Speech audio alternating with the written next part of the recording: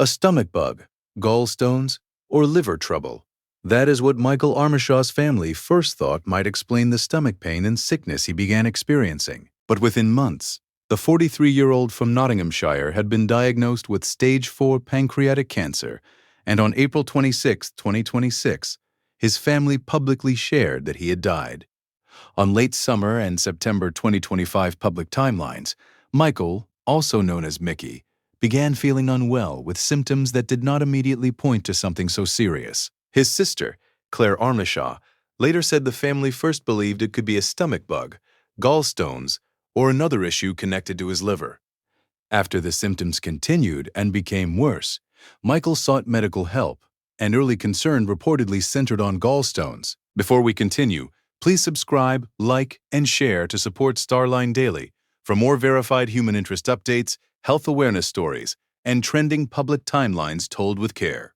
What changed everything was the testing. Instead of a treatable gallstone problem, Michael was diagnosed with pancreatic cancer, and by the time it was found, it had already reached stage 4. His sister described the family as shocked by how quickly the situation moved from stomach pain to a late-stage cancer diagnosis. That is why Michael's story has drawn attention beyond his own family.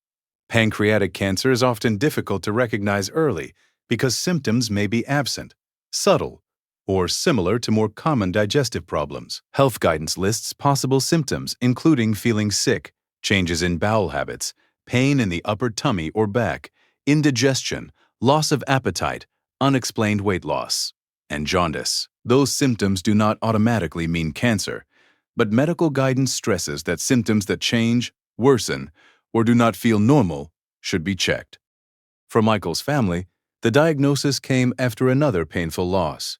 Claire shared publicly that their father had died from lung cancer the year before. That meant the family was already grieving when Michael became seriously ill, and his diagnosis brought them back into a kind of fear they had only recently lived through. Michael underwent treatment, including chemotherapy and radiation, but public accounts say the disease continued to spread. By November 2025, the cancer had reportedly reached his brain. Months later, on April 18, 2026, he suffered a seizure. A public fundraiser created by Claire on April 22 described him as being in hospital, in palliative care, and facing a severe decline. Then came the update the family had been preparing for, but still could not fully absorb. On April 26, 2026, Claire updated the fundraiser to say Michael had died. She thanked people for their support and wrote that the family wanted to give him the send-off he deserved. She also said that any donations above the target would go toward a pancreatic cancer charity on behalf of the Armishaw family. The broader medical context is part of why this story is being shared. Survival statistics vary by country, stage, and source, but the pattern is consistent. Pancreatic cancer outcomes are much better when found earlier, and much harder when found after it has spread. Cancer Research UK says one reason the outlook remains poor is that pancreatic cancer is often diagnosed late.